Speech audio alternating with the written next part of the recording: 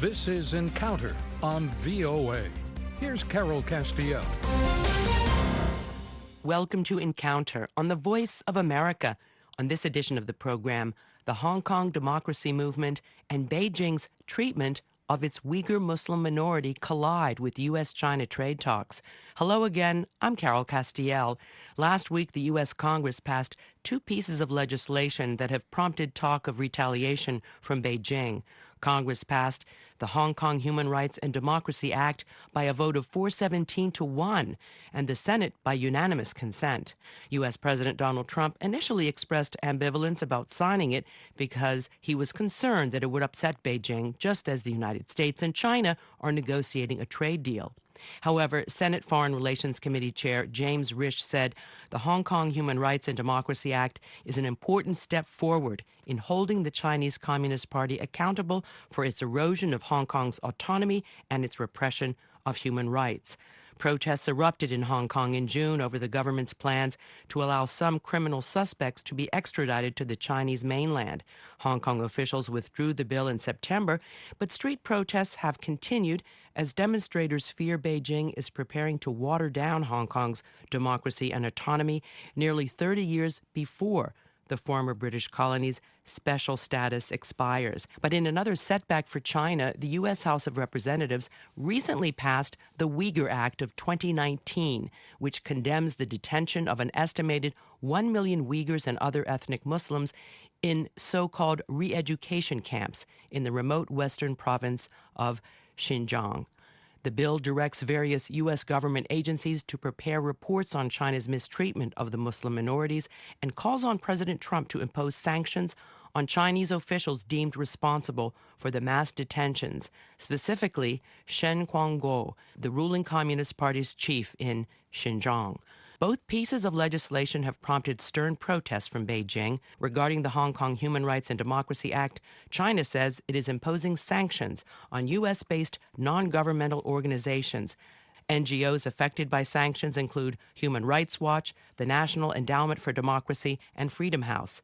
In response to the Weger Act, Beijing's foreign ministry spokesperson told reporters that any nation that seeks to interfere in China's internal affairs will pay a price. So how will Washington's decisions to impose sanctions on Beijing over its policies toward Hong Kong and the Uyghurs affect current trade talks and the overall bilateral relationship? Well, joining us to discuss how these issues intertwine are two distinguished regional analysts. Daniel Kleiman is a senior fellow and director of the Asia-Pacific Security Program at the Center for a New American Security, and that's a policy group based here in Washington, and Dean Cheng. He's Senior Research Fellow in the Asian Studies Center at the Heritage Foundation, and that's a think tank also based in Washington. Both gentlemen join me here at the VOA Broadcast Center here in Washington. Welcome to the program. Thank you for having us. Thank you. Dan Kleiman, I'd like to begin with you. Quickly, how do you characterize the Hong Kong democracy movement now after the historic district elections and then this recent law signed by the United States? So I think it's been impressive to see the staying power and the kind of social mobilization that you've seen in Hong Kong. If you look back at 2014, when the umbrella movement took place, which was similarly pushing for sustaining Hong Kong's autonomy, you had relatively low turnout in elections after that. I think it was under 50%. And in these most recent elections, you've seen something like about 75% turnout. So overall, rather than kind of causing mass frustration, you've seen this protest movement turn into a bid for electoral power. And admittedly, these kind of local council elections don't have a whole lot of real clout, but it is kind of the first step towards seeing people take what they're doing on the street and turn it into something a little bit more institutionalized. So I see it as a very positive sign in showing that there is real staying power.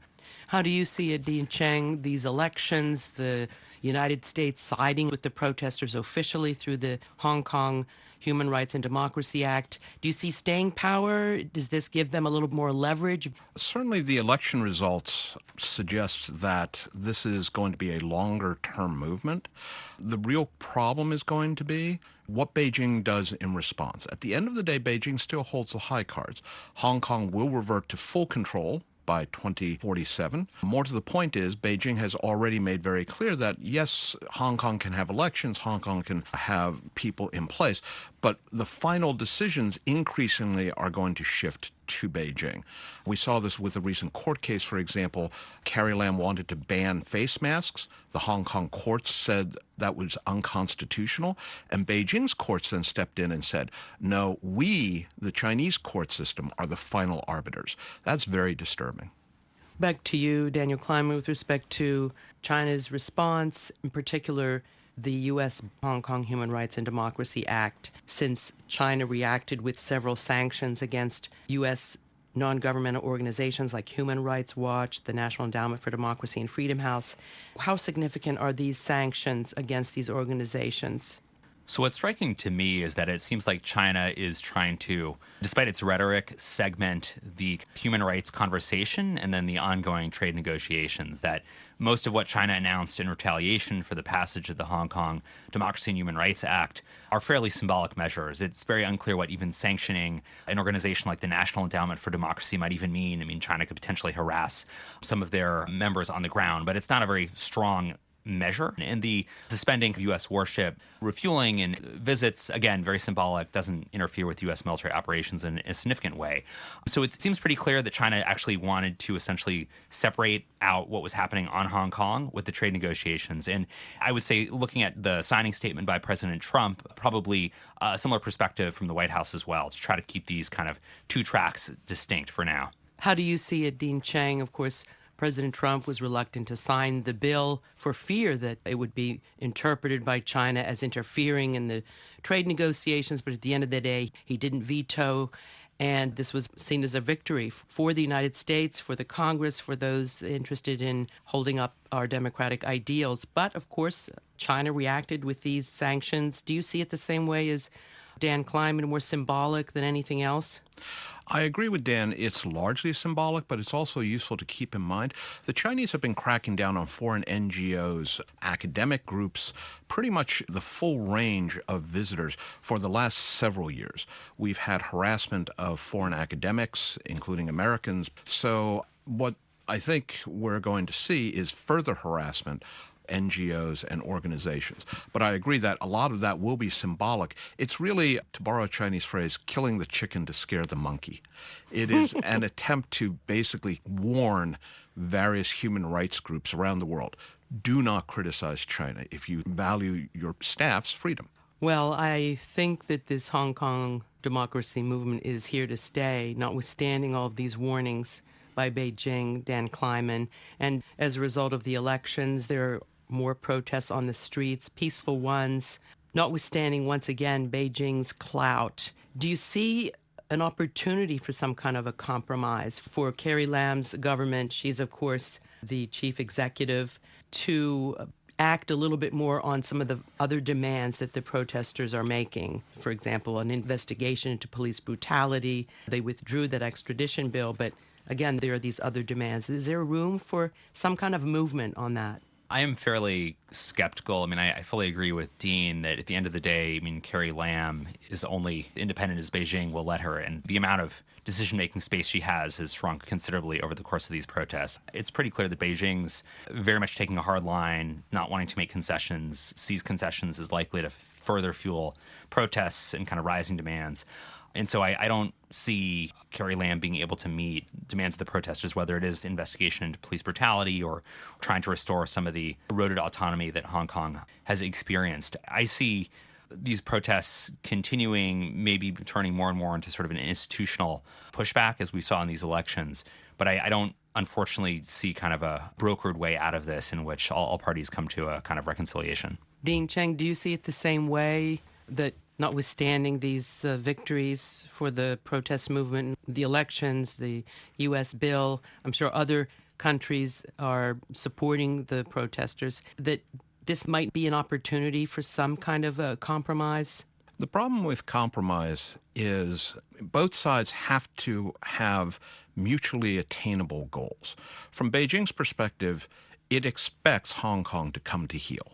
It has accepted no responsibility, no role for the protests. It has ascribed all of it to rising inequality within the territory of Hong Kong. Young people are protesting because they can't afford housing. The people of Hong Kong who are protesting are saying, we want to have more autonomy from Beijing. And from Beijing's perspective, that's simply not impossible. That is something that the central government would mean giving up centralized control. So compromise is going to be very hard when the two sides are starting from so opposed positions. But aren't they just, that is, the protesters, and one could say the majority of Hong Kongers, even if they dislike the disruption in the economy and their lives, don't they just want what is their right under the basic law? And in 2047, it's going to be bad enough, and they don't want to see any kind of rights being withheld or repressed before that deadline. Absolutely. The people of Hong Kong are basically saying China needs to actually follow the basic law. But if we look at what happened with the umbrella movement in 2014, the National People's Congress in China passed a white paper that basically said, when we talk about one country, two systems per the basic law, make no mistake, your system is subordinate to ours. Any rights you have are by the generosity, if you will, of Beijing, not by treaty. That, again, is a completely different take on the meaning of the basic law and the rights that are guaranteed under it from what London negotiated back in the 1990s with the Beijing government. We'll have more in just a moment, but first, you're listening to Encounter on the Voice of America. My guests are Daniel Kleiman. He's Senior Fellow and Director of the Asia-Pacific Security Program at the Center for a New American Security, and Dean Cheng, from whom you just heard. He's Senior Research Fellow at the Heritage Foundation's Asian Studies Center. And we're discussing the ramifications of U.S. sanctions on China for its heavy-handed tactics toward the Hong Kong democracy movement. And soon we'll be talking about Beijing's treatment of its minority Uyghur population. This is a reminder that our Encounter podcast is available on our website at voanews.com/encounter. You may also follow us on Twitter or connect with us on Facebook at Carol Castiel VOA. Well, here's a shout out to a very loyal listener, Jing Brown from Juba, South Sudan. If you want to hear your name on the air, please send an email to encounter@voanews.com or like us and leave a comment on our Facebook page. Well, back to our discussion, and to you, Daniel Kleiman. Let's move on briefly now to the Uyghur question. What's your reaction to the cache of secret documents which shows how Beijing selects Uyghurs for detention and how they are controlled? There's over 1 million Muslim ethnic Uyghurs that are being detained, and Beijing is saying, well, we need to do that to prevent religious extremism and Islamist extremism. But in reality, they are really being terribly persecuted for, it seems, no other reason than who they are. I mean, Beijing has been making a very concerted effort to defend the indefensible in Xinjiang. And clearly, I think much of the world understood that what China would call vocational schools were, in fact, detention camps where upwards of 1 million Uyghurs and others were being interned. I think these documents certainly dispel any lingering doubts that might have been in some countries. Of course, some countries may selectively decide just to ignore the hard evidence. I think what these documents very much shed light on is how systematic this effort has been, that it ultimately traces back to Xi Jinping in terms of his crackdown starting in 2014 on what they considered the threat of terrorism, and very much Xi talking about using all means of dictatorship to take a much harder line than his predecessor. So I think it implicates Xi in a way that we hadn't seen quite as clearly before, which is certainly notable. I think also some of the information that's come to light shows how systematically disruptive these camps are for the people of Xinjiang more generally. I mean, you've seen population growth rates go down significantly, poverty rates go up. And so you see the kind of spillover effects of this. It's much more than 1 million people in camps. It's millions upon millions of their families being deeply affected as well.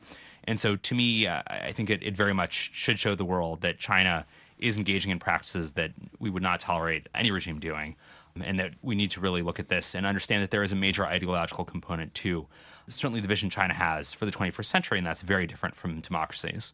Dean Cheng, what is your reaction to these documents and to the treatment of the Uyghurs by Beijing? It's fascinating to watch the Chinese combine old and new methods. In the American Declaration of Independence, one of the things that we complained about was that the British king was quartering troops in the homes of American colonists.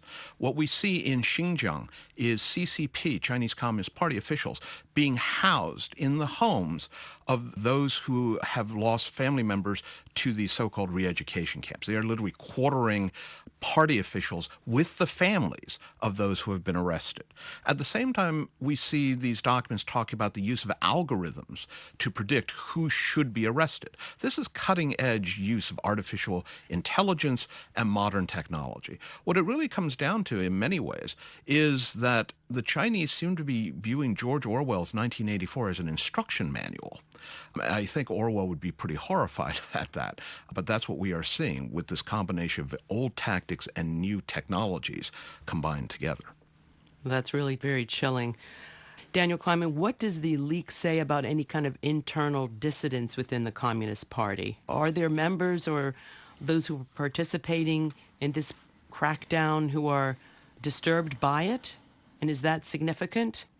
I mean, it's clear from these leaks that there are at least a limited number of perhaps even senior Communist Party officials who are concerned or dissatisfied with the approach. And the fact that you have had document leaks of this kind of magnitude, of this sensitivity, is telling. I mean, for at least from what we've seen thus far, it's clearly a very distinct minority, admittedly a minority that's been willing to take a risk to disseminate these documents beyond China. I think what is striking is that you've had a real, especially in Xinjiang, what these documents have revealed, break from at least a two-track approach, which was cracking down on aspects of the population, but also trying to bolster economic growth, to pretty much only focusing on the first part, the crackdown. And so, to me, I mean, it signifies that at least the majority of the Communist Party, as it approaches Xinjiang, is much more willing to forego the kind of economic growth agenda and purely focus on hard power. And what do you say, Dean Cheng, to the fact that these were leaked by an inside Communist Party official? Is it significant? When we look at what happened in Tiananmen 30 years ago, a series of documents also leaked out. I think it's important to remember, one, the Chinese bureaucracy is vast, but it is not monolithic. That there are differences of opinion, that there will be people who disagree with top-down decisions. I suspect this has been exacerbated by Xi Jinping's tendency to centralize power to himself and to even further restrict the opportunity for intra-party dissent. Whether or not that will lead to any policy changes, however, is far less clear. I think the most important thing to recognize is that whoever did leak this, really, that took a lot of courage and may well have had devastating consequences. This kind of document leakage, which is rife in Washington, is viewed very, very negatively in Beijing, is the sort of thing that could easily lead to extensive prison sentences or even lethal punishment. Back to you, Dan Kleinman. Back to U.S. policy. We have now the U.S. Weger Act of 2019, which will target those who are seen as part and parcel of this persecution and these re-education camps. To what extent will this have any kind of impact on Beijing's treatment of the Uyghurs? I think in the short term, it won't have a highly significant impact, but it certainly will impose a more direct cost on the individuals involved, which is very different than in the past. And so at least I think it should give individual senior Communist Party cadres a little bit of pause before they take part in these types of human rights abuses where they will actually face sanctions. I think more generally and perhaps more productively, there are opportunities for the U.S. to look at adding certain Chinese technology companies to the entity list that are involved in human rights abuses in Xinjiang. I think when you look at the companies that are essentially abetting and enabling a lot of the high-tech aspects of repression in Xinjiang, those companies operate in global markets. They do want market share outside China. And in some ways, trying to sanction them or put them on the entities list probably moves the needle a little bit more than trying to punish individual Communist Party officials who are implementing these policies, which is the morally right thing to do, but not on its own going to sort of move the needle. Dean Cheng, how effective do you think this U.S. Weger Act will be in deterring this kind of behavior on the part of Beijing or individuals, companies? During the Cold War, organizations like Voice of America, Radio Free Europe, Radio Liberty broadcast into the countries behind the Iron Curtain, and when the curtain finally came down, Poles, Hungarians, and others said, those broadcasts, those resolutions, President Reagan mentioning them in his speeches, were the sorts of things that gave heart to the locals. It told them they were not forgotten, that the rest of the world knew and cared about what was happening. And I think that that is an important part of this. The other thing to keep in mind is Beijing wants international acceptance and recognition. It is actively trying to place people in international organizations ranging from the World Health Organization to the international organization responsible for guarding intellectual property. Talk about the fox guarding the henhouse. These sorts of acts, these sorts of sanctions are an indicator. If you have something to do with Xinjiang, no, you are probably not going to become a senior official at Interpol or even at WHO or any of these other organizations. But interestingly, Dan Kleiman, has nothing to do with their sense of morality or ethics, right? They just see these types of sanctions as, like Dean said, affecting their ability to place people in international organizations. But it seems as if Beijing doesn't have any qualms about this type of repression in and of itself, vis-a-vis this Muslim population that they see perhaps as foreign, notwithstanding they are part and parcel of China's diverse populations. Yeah, I mean, it's definitely notable that China is not living up to even the obligations in its own constitution in terms of how it treats its own citizens broadly, and certainly most especially members of the Uyghur minority. I mean, when you see China using repression in Xinjiang in ways that very much combine kind of both 21st century technology and 20th century, if not earlier, methods, I mean, it speaks to the nature of China's system, which is an autocracy. And I think more and more there's recognition here in the United States and globally that China's regime type matters, that China is not just another kind of state actor in the world, but that its autocracy influences how it treats its own population and how it engages others as well. The autocracy that China practices does incline, at least a majority of its leaders, to not have these kind of moral qualms. In Xinjiang, and I would submit as well in terms of its international engagement, to not necessarily have those kind of moral restrictions that democracies typically have. Would you agree, Dean Cheng? Yes, the focus of the Chinese Communist Party is power, retaining it and exploiting it. And the moral aspect is arguably not one that plays a significant role, whether it's in terms of China's international dealings with other countries or its internal dealings with various minority groups. As we close, back to you, Dan Kleiman, with regard to any kind of effect these bills that the United States has passed vis-a-vis Hong Kong or the Uyghurs and China's retaliation, how's this going to play into the U.S.-China trade talks? Will Mr. Xi make decisions about trade based on China's economic interests at the end of the day? So first, I would say, I mean, these acts that are passing or in process through Congress send a very strong signal not only to China and to the Chinese people, and I think it's important to make that distinction between the Communist Party of China and the Chinese people, but they send a strong signal to American allies and partners as well. Allies and partners that may be democratic, but often fear Chinese economic retaliation, that the U.S. will stand by its values. And I think that does hearten some of our allies and partners who are inclined to do the same. But without kind of U.S. taking the first step, U.S. leadership may not do so. In terms of the kind of trade negotiations and the effect there, my own belief is that both China and the United States government have very much tried to segment these two issue sets. And so I don't necessarily see the acts that are passing Congress to necessarily have a large effect on the trade negotiations. I think both sides are not necessarily eager to actually conclude anything meaningful through 2020, and you'll see both Washington and Beijing continue to hold kind of on-again, off-again talks. Well, you get the last word, Dean Cheng, with respect to impact on U.S.-China trade and U.S.-China bilateral relations overall. I think the passing of these bills is an important and powerful reminder to Beijing and to other governments around the world that the United States is not simply led by the president, but that Congress is an important factor and you ignore it at your own risk. Congress has the ability to impose sanctions and, more importantly, to make life very difficult, for example, for Chinese officials. The good news in this regard is that the Chinese, I think, are more focused on the trade aspect and seem to be prepared to limit their response, as Dan said, more symbolically. Whether or not that will lead to a trade agreement, I agree that 2020 may actually be almost optimistic, but Xi can choose to push for a trade agreement regardless of these bills. Or if he doesn't want to, he could use these as an excuse not to sign one at all. Gentlemen, thank you so much, but I'm afraid that's all the time we have on this edition of Encounter. Thanking again my guest, Daniel Kleiman. He's Senior Fellow and Director of the Asia-Pacific Security Program at the Center for a New American Security, and Dean Cheng. He's Senior Research Fellow at the Heritage Foundation's Asian Studies Center. Encounter was produced in Washington. Thanks to Kim Lewis for booking our guests. Our engineer was Justin Thwaites. I'm Carol Castiel. Join me again next week for another Encounter on the Voice of America.